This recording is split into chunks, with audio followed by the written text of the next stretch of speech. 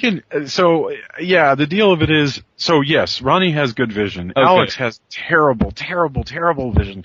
Alex is 14 years old, and he's just gotten glasses. I mean, he's just gotten contact lenses for the first time, and he's having a terrible time with it. He's blind as a bat. I mean, and I had exactly this problem where I have, just very bad nearsightedness to the point where somebody, standing across the room from me would be just a big sort of flesh-colored blur. And so he has that problem, and he started wearing contacts, but he hates them. And it was so much fun to mess with just, I don't remember reading anybody else dealing with all of this, of just what a nightmare it is to start messing with contact lenses. Or maybe it's just me, but I really... Yeah, and if you don't mind, I would like to segue into Alex Van Helsing, Vampire Rising. I mean, because I bought the book. Now, okay. I bought the book in part because I have a 14-year-old and I have a 9-year-old sons, and they're reading young adult novels. And my oldest son he's just finished Thirsty. We had watched on BBC America Demons, which was again one of these Son of Van Helsing kind of series.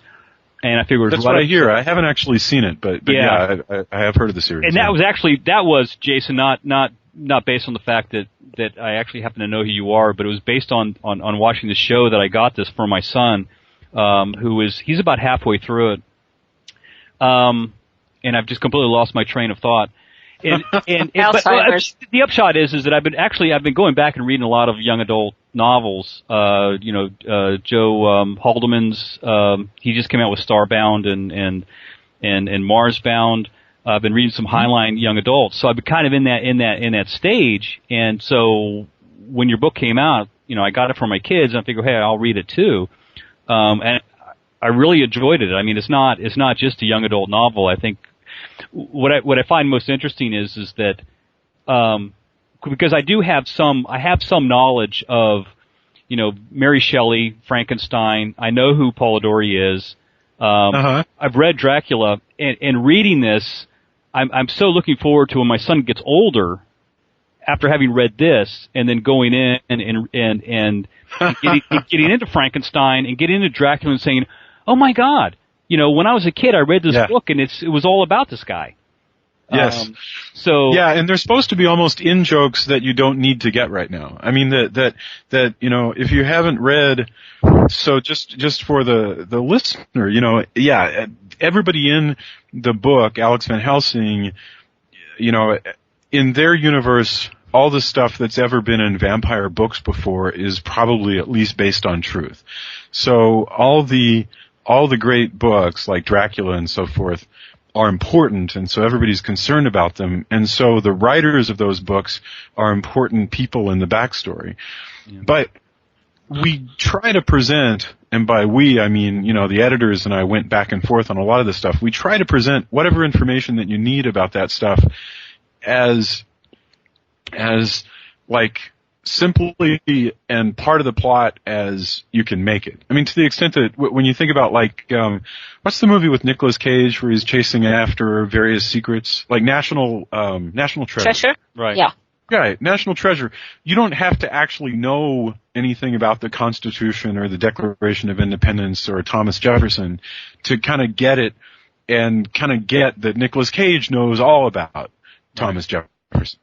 And this is the same thing, the guys in this book know everything about Mary Shelley, they know everything about Polidori, and so you can kind of go along with them and enjoy how sort of crazy they are for knowing all this stuff.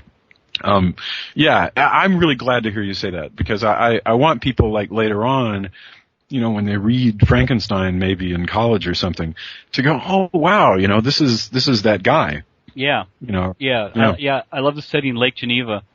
Oh yes. Yeah, I love the set, and actually, I really love the library scene.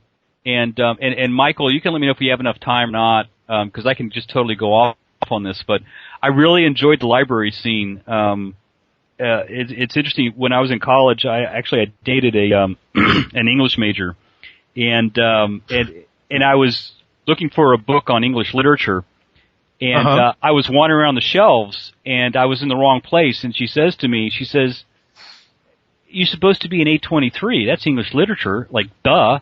And well, this is like the one thing that I got out of this relationship with this woman is I was reading through this, and Sanger sends Alex in looking for a book, and he's in 823, which is English literature. And I'm like, wow, what an attention to detail! I just thought that was really cool.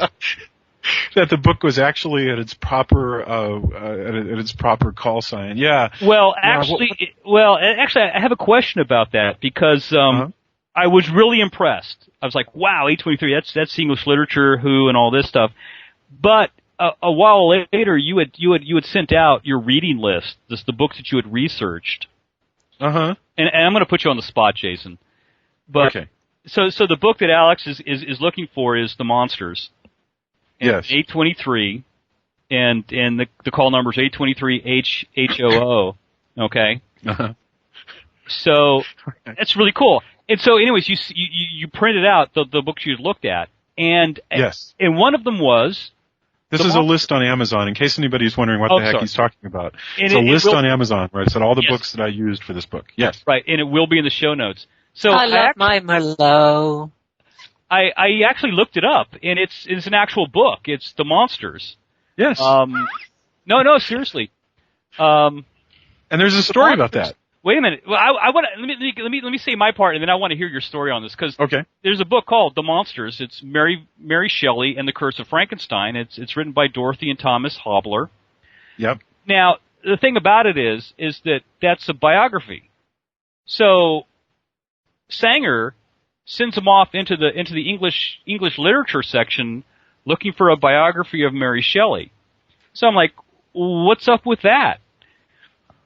Well, I'm pretty sure that I just grabbed the Dewey Decimal call numbers for that book, probably by looking in the catalog of like my local public library. Oh, really? So it may very well be that it was just that, if a book can be filed in two places, sometimes it'll go there. By the way, it doesn't read like a biography of Mary Shelley. Oh, really? Yeah. I recommend that book a lot. I mean, there were like two books. We consider this as a vampire book. I did a lot of research on Frankenstein here, and I recommend that book. It was called The Monsters, Mary Shelley and the Curse of Frankenstein, and it had everything you ever wanted to know about Lord Byron and who's the main bad guy in this book, and Polidori. But what I was going to say was I actually called them on the phone. Really? The Hublers, yeah, because they live in New York, and I knew that the key to this book was going to be whether or not something Mary Shelley had said in her introduction to Frankenstein was true. So I called them up and I said, listen, Mary says this thing in her introduction to Frankenstein. Can you find anything in your notes that backs up whether or not anybody else said this? And they they're on this couple, this lovely couple, on their little extension phones, both of them talking, and you could hear them, pulling books off the shelf and going through that is so stuff. Cool. It was great. Now, no, wait a minute. Can we get their? I would love to get their reaction that in your book that you put them into English literature as opposed to biography. Oh my gosh, I don't think I've even told them. I wonder. Wow. Oh my goodness. I need to let them know. I've been so distracted that I'm really pleased though, because there's going to be some nerd kid out there, hopefully like me, that's going to go through this and is going to read your book, and then because I know that Alex also almost gets nailed by a copy of Childe Harold. Yes. And I thought that was absolutely brilliant. And if I can for just a moment give my Dick review of this is that I have one question later too. Sure. So okay, but anyway, so this book Childe Harold, which by the way is actually Childe Harold's Pilgrimage, comes out. It's a heavy tome apparently that comes out and nails Alex in the head. In 12-point font, it's actually about 185 pages, which is about like 3/4 the size of your book.